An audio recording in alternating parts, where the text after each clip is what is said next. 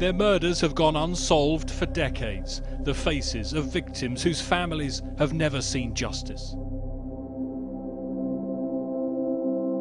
But now, answers are coming from a new forensic technology. In terms of being able to identify suspects, I think it's as valuable and as sort of groundbreaking as DNA technology was in the early 80s. It's led to dozens of arrests and suspects on trial. I didn't do it. If we didn't have this technology, it may never have been solved. It's already changing how police hunt rapists and killers. We actually have the ability to stop criminals in their tracks. But should questions of ethics and privacy worry us when solving a cold case crime might reveal a killer in the family?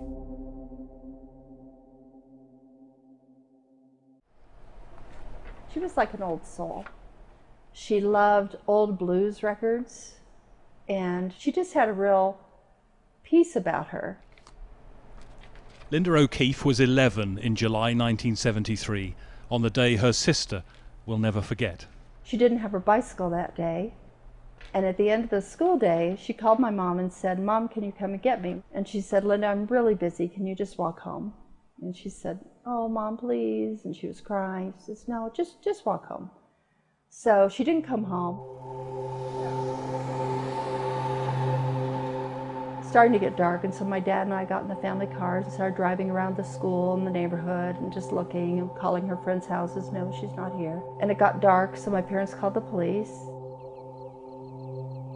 The next morning, there were some people from the university going down this path, and they saw that the high grasses were sort of crumpled, and so that's where they found her.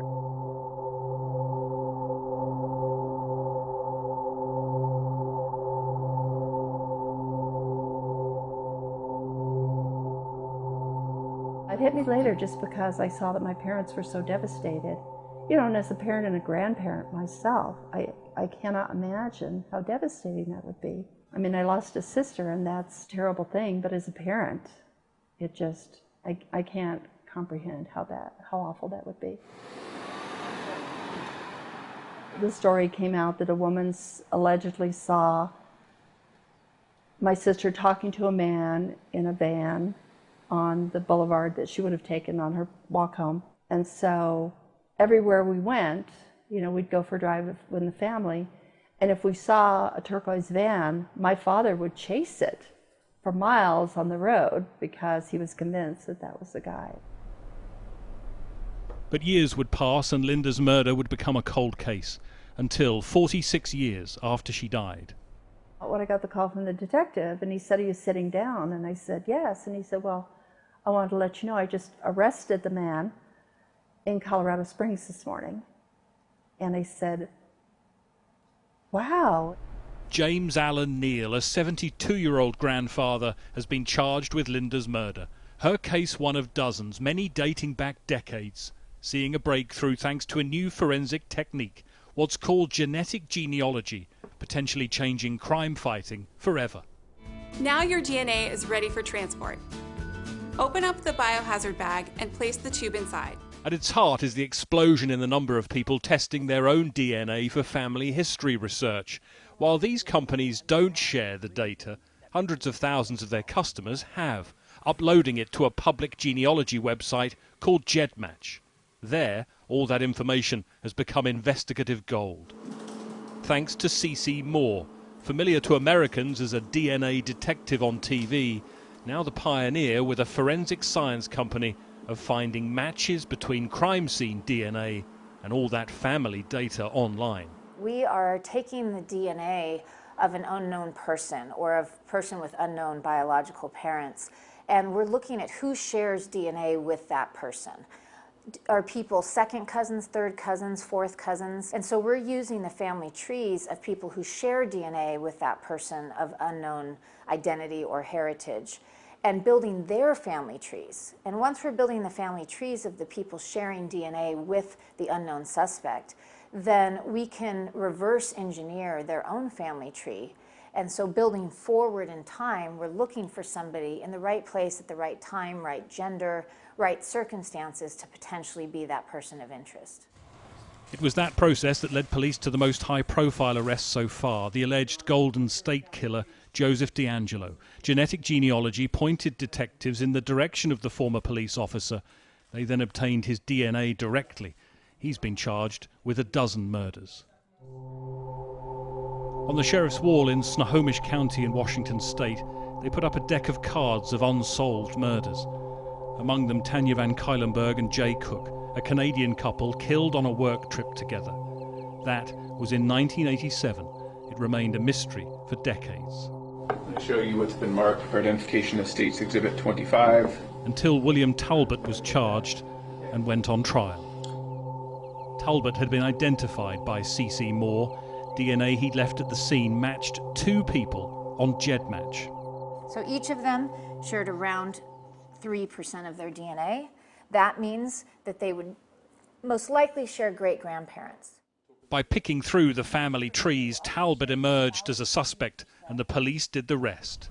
Tanya's brother John attended every day of the trial. I still remember the phone call from Detective Scharf. I mean, a chill went down my spine. I mean, it was, you know, they had been keeping me somewhat informed as they were getting closer, but, you know, it was really just that final moment of truth, like they've actually got this guy under arrest, you know, it's like, it was just surreal. I mean, you know, waiting for anything 31 years, you know, all of a sudden hear that it's true is just, you know, it was great. Over the years, you know, I certainly felt that the chance of an arrest and was getting less, for sure, but I never gave up hope.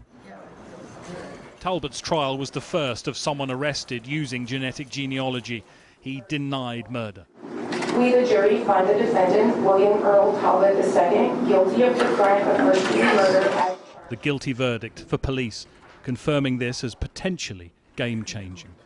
It's almost the same as if there was an eyewitness who saw that suspect driving the vehicle that was involved in the crime. Very similar for police. The genetic genealogy leads us down the right path to identify somebody, and then we use the regular processes in place put there by the criminal justice system, getting search warrants, establishing probable cause, in order then to make an arrest. And Talbot's conviction is a significant moment for genetic genealogy. To have genetic genealogy officially vetted in a court of law is a huge step forward. The fact it wasn't even challenged by the defense says a lot about our stance that this is a tip, this is lead generation.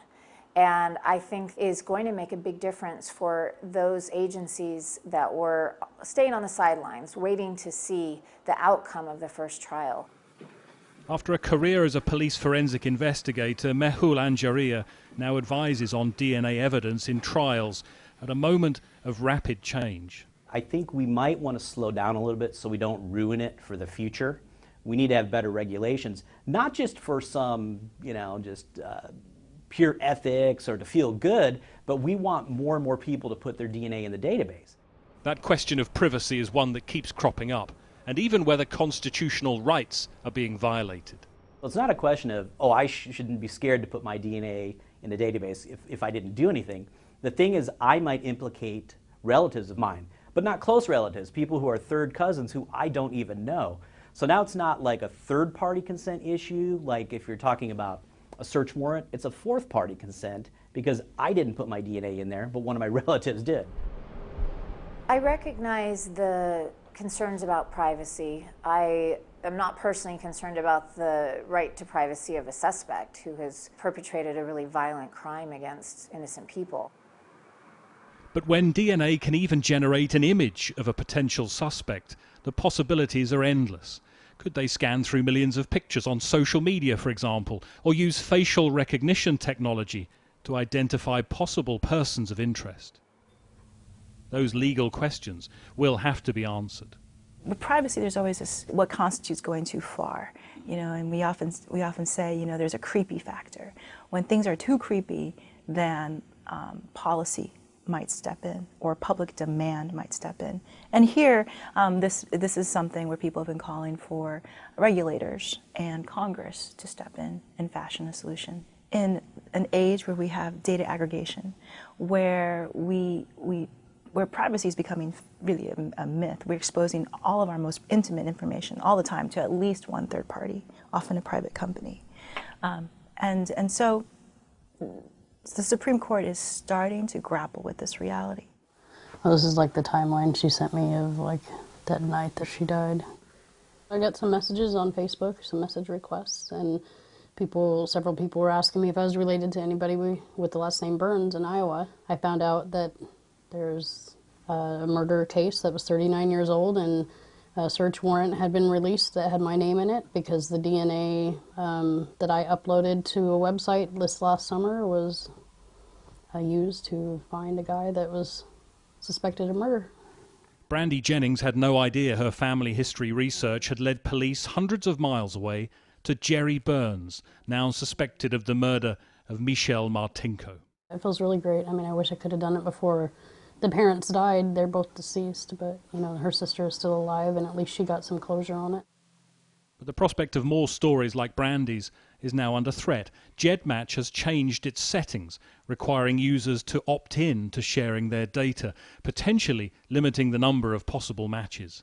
It may only be a temporary hitch for a technology with enormous potential. Where do you see the big advance coming in the use of this technology? I think utilizing genetic genealogy earlier in the investigation in active cases is where it can be the most powerful and have the most impact. And that is because then we actually have the ability to stop criminals in their tracks. There's no need to have an active serial killer or serial rapist out there, you know, not being identified. Right. If we can stop people from being victimized in the first place, then that is where this technology and this new revolution in crime solving is really going to make the biggest difference. And in the case of all of those unsolved murders, an estimated 250,000 in the US. We've been working with families for decades and not been able to provide answers to them. We know how their family members died. We know where they spent the last few moments on the earth. We don't know who did it. And it's so frustrating not to be able to provide that sense of justice. And I think the most satisfying part of this technology, being able to now finally identify some suspects, is to come back to the families and say, we think we have a break in this case. Families of those like Linda O'Keefe. Well, I've said in the past that I got closure the next day when they found her body. And so this is just an additional level of closure. If we didn't have this genealogy technology that Parabon has come up with, it may never have been solved. I'm grateful it happened, you know, in my lifetime. We all deserve mercy, but I believe that justice will be served in this case.